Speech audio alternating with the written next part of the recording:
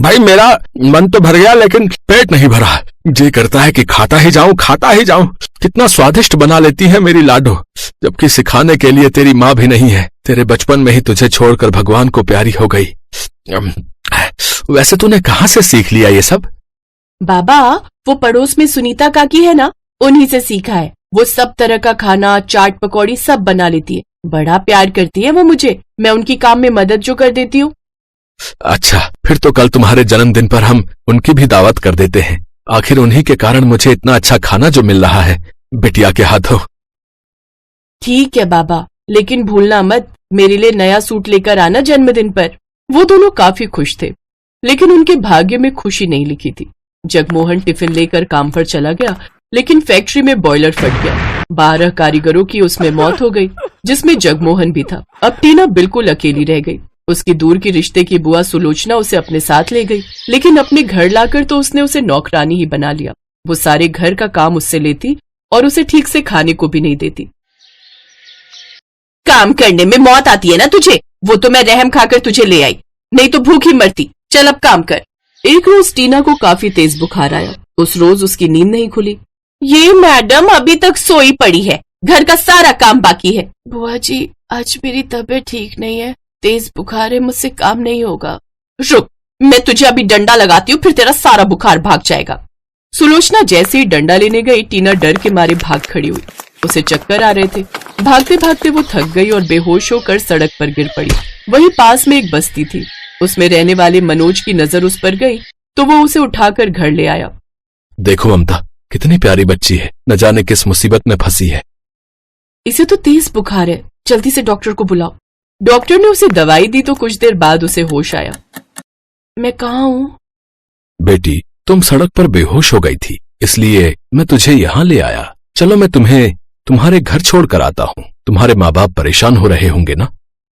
ये सुनते ही टीना रोने लगी। मेरा तो इस दुनिया में कोई नहीं है, अब मैं कहाँ जाऊंगी? ये सुनते ही ममता और मनोज उदास हो गए। अब हमारे तो खुद ही खाने के लाले पड़े हैं, फिर हम इसका पेट कैसे पालेंगे? लेकिन जमाना भी तो कितना खराब है, इसे यूं अकेला भी तो नहीं छोड़ सकते ना। अगले दिन मनोज, ममता और रौनक मजदूरी करने चले गए। तब तक टीना ने घर का सारा काम कर दिया, साथ ही बड़ा स्वादिष्ट खाना भी बनाकर तैयार रखा था। शाम को जब वो थके हारे घर लौटे तो ये सब देखकर हैरान रह गए और खाना खाकर तो वो बहुत खुश हुए। वाह, तुम तो खाना बहुत ही स्वादिष्ट बनाती हो। हम तो थके हारे घर आते तो जल्दी जल्दी में पेट भरने के लिए कुछ भी बना लेते हैं। आज कितने समय बाद हमने अच्छा खाना खाया है, अब तो मैं रोज ही बनाकर रखूंगी।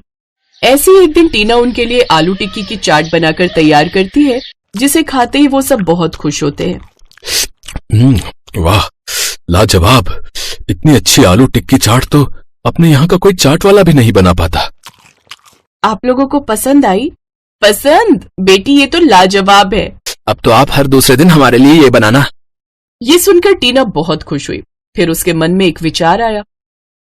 अगर आप सब बुरा न मानो तो मैं घर के बाहर आलू टिक्की चाट का ठेला खोलना चाहती हूँ। इससे मैं घर देखने के साथ साथ कुछ काम भी कर लूंगी। क्या आप मेरी मदद करेंगे? ये तो बहुत अच्छा विचार है, हम तुम्हारी मदद जरूर करेंगे।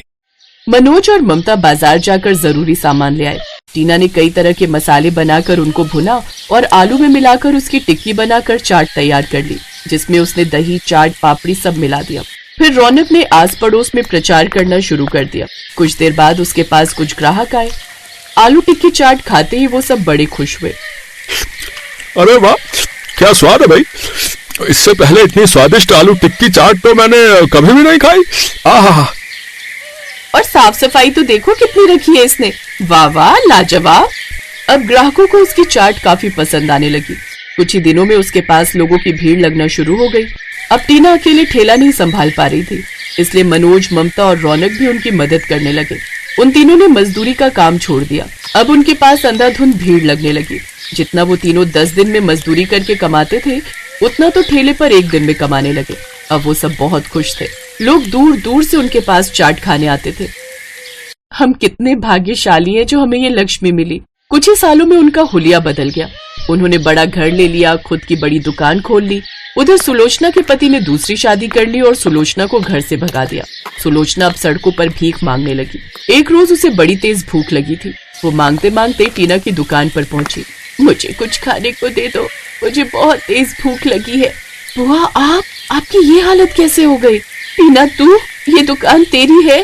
तभी ममता ने अंदाजे से उसे पहचान लिया और बोली, बहन, बुरे समय में हमें परेशान आदमी की मदद करनी चाहिए, ना कि उसे सताना चाहिए। आपने टीना को सताया, इसलिए आपको ये फल मिला और टीना को उसकी करनी का फल। मुझे माफ कर दो टीना बेटी, मैंने तुम्हारी रिश्तेदार होकर तुम्हारे साथ ऐसा किया। शायद इसलिए ऊपर वाले ने मुझे आज तक संतान सुख नहीं दिया और मेरे पति ने दूसरी शादी करके मुझे घर से निकाल दिया। सुलोचना को टीना ने माफ कर दिया। अब वो भी उसी की दुकान में काम करने लगी। अब सब टीना को खूब प्यार करते। बहुत कम उम्र में ही उसने खूब तरक्की कर ली थी। हर जगह वो आलू टिक्की चाट वाली के नाम से मशहूर हो गई।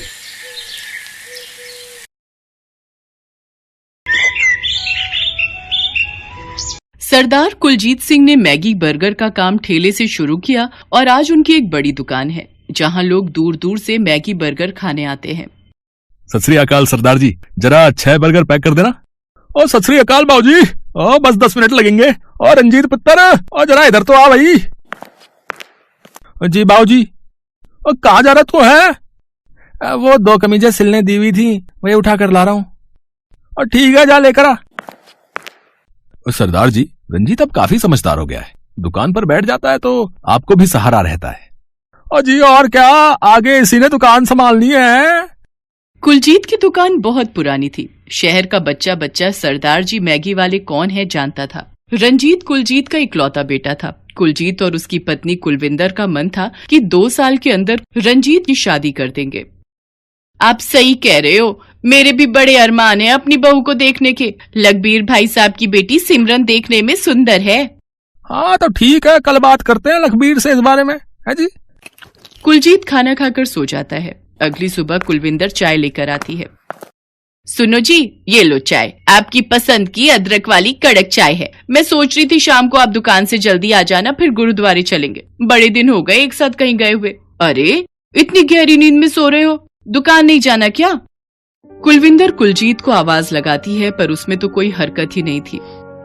रंजीत जल्दी आ, देख तेरे बाबूजी कुछ बोल नहीं रहे।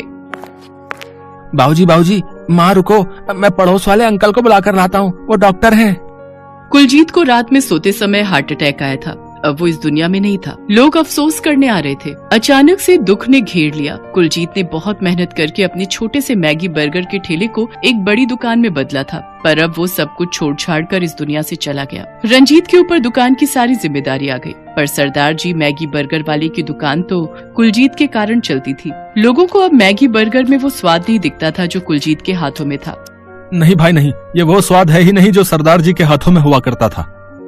बिल्कुल भाई साहब, सरदार जी के बनाए मैगी बर्गर पहले मैं दुकान से घर जाते हुए जरूर पैक करवा कर ले जाता था, पर अब नहीं। मैं एक बर्गर खाकर देख चुका हूँ, न मिर्च न मसाले, वो स्वाद ही अलग था भाई। धीरे धीरे रंजीत का काम खत्म होता चला गया। कुलजीत ने कुछ कमेटी और बैंक के लोन चुकाने थे, कमाई थी नहीं। रंजीत किश्त भर नहीं पाया और ये नौबत आ गई कि सरदार जी मैगी बर्गर वाली दुकान रंजीत को बेचनी पड़ी। सब कुछ खत्म हो गया। रंजीत अपनी माँ कुलविंदर की गोद में ऐसे सिर रखकर रोया जैसे एक छोटा सा बच्चा। मम्मी, मैं कुछ नहीं कर पाया। बाबूजी की मेहनत से किए काम, उनके नाम को मैंने कुछ ही महीनों में खत्म कर दिया। मैं बाबूजी के हाथों जैसा स्वाद नहीं ला पाया। मैं कुछ नहीं कर पाया मम्मी जी। रंजीत पुत्र, वाहे गुरु ते विश्वास रख, सब ठीक हो जाएगा। मम्मी, आपके हाथों में जो सोने के कड़े थे वो कहाँ गए? वो पुत्र, मुझे ना हाथों में कस्से हो गए थे, तब भी उतार कर रख दिए। मम्मी, आप ठीक से झूठ भी नहीं बोल पाते। मुझे पता है आपने उधार चुकाने और घर खर्च के लिए ही अपने कड़े बेच दिए। मैं कुछ कर नहीं पा रहा बाबूजी, आपके बिना मैं बहुत अकेला पड़ गया हूँ।